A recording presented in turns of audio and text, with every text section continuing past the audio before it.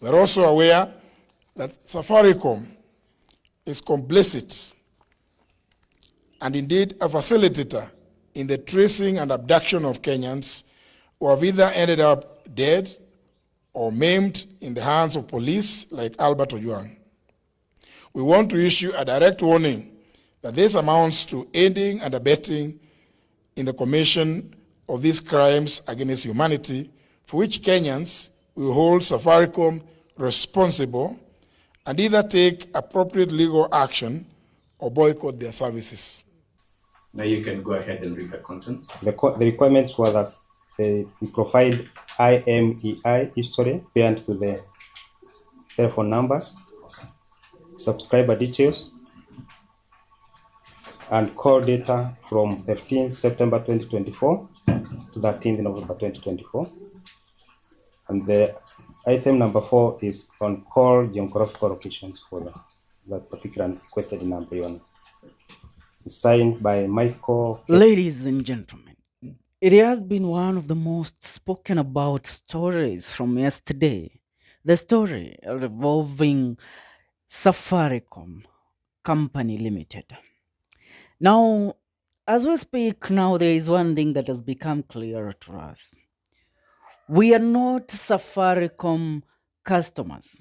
We are prisoners. And the CEO of Safaricom, Peter Ndegwa, is the warden in green, adding over private data to state thugs without court orders.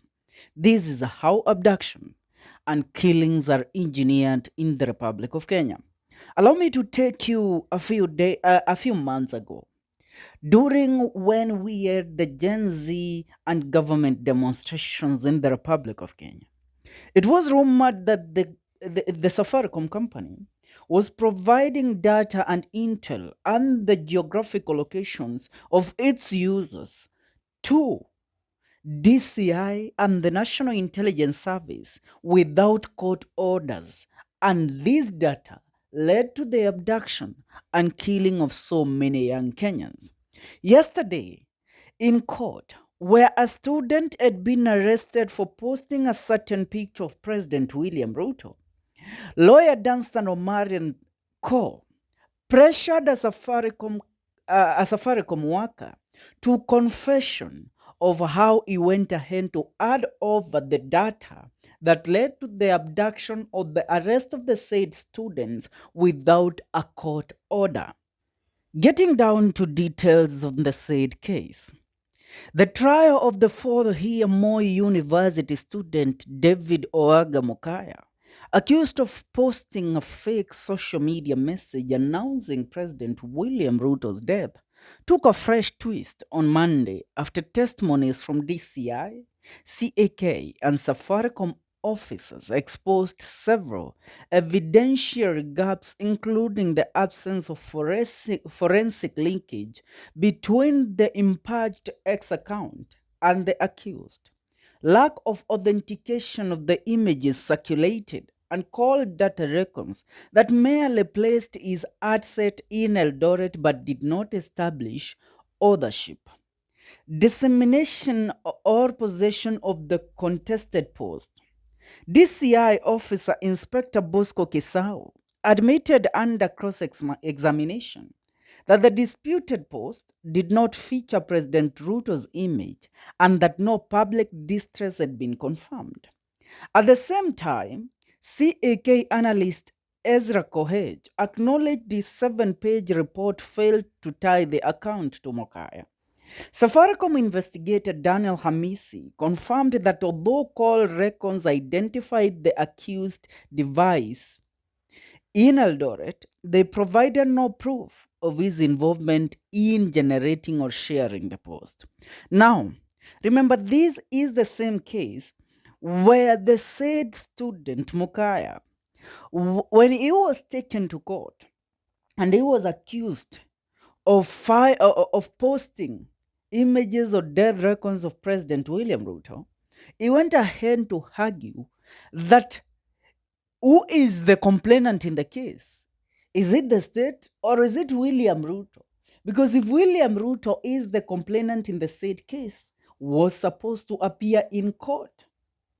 Now let's get down to the story of Safaricom.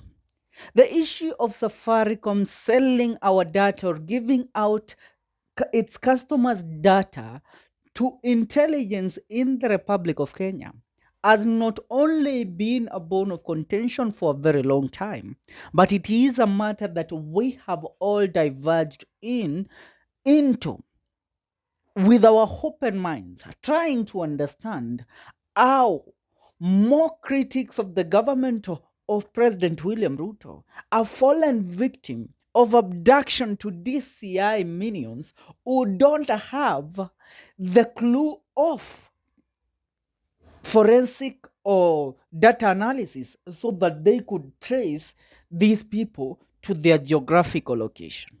And we had this doubt that Safaricom was selling our data or was giving out its customers' data to DCI. I don't know for what reason. But one thing is clear. Last year, Safaricom denied this beyond reasonable doubt. They stood the ground and said that they have not in any way breached the trust of their customers by offering their data to the police without any court orders. But now, yesterday, one of their employees confirms without reasonable doubt in a court of law that this is what they have been doing. Once Safaricom is contacted by the DCI, they don't ask questions. And let me ask you a question. Did you know that at the Safaricom headquarters in Nairobi, that there is a designated office where officers from the DCI and the National Intelligence Service, the NIS and the DCI, have been selected to work in that office in analyzing and gathering data of potential threat to the presidency or people disseminating information that can be damaging to President William Ruto's reputation or political career. Do you know that? It is a topic that was brought under scrutiny a few months ago. And once the information was leaked to the public, we tried to analyze this data and give out the information to the public. But the public takes things at a time when things are beneficial to them, or when abduction comes knocking in your door. When abduction comes knocking on your doors, that is when you know actually it is happening. But when it is somebody else, you don't give so much a damn of what is happening. Now, the case of Mokaya tells us it doesn't matter where you are. A moment today, you might find yourself posting a certain video or a certain post against the president or against the current regime. And you might find yourself in the hands of these crooks we call Safaricom. For a very long time, they have denied their involvement in adding over data, in adding over customers' data to the police without any court orders. But now, they have confirmed to us that they have been conniving and working in conjunction with the government of the Republic of Kenya in torturing, abducting, and killing Kenyans. Now, in conclusion to this, according to Court Helicopter News, which is the channel that covered this news in court yesterday, they tell us that Safaricom gave out students' data without court order.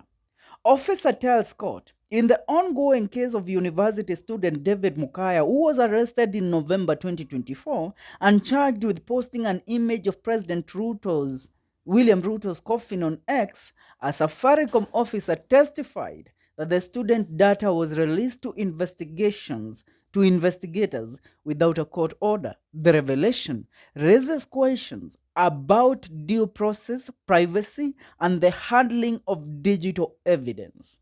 Mtazamaji, that is the country we are living in. What is your take in regards to this matter? Leave your comment in the comment section. See you in our next video. Remember, this is the Kenyan Daily Report.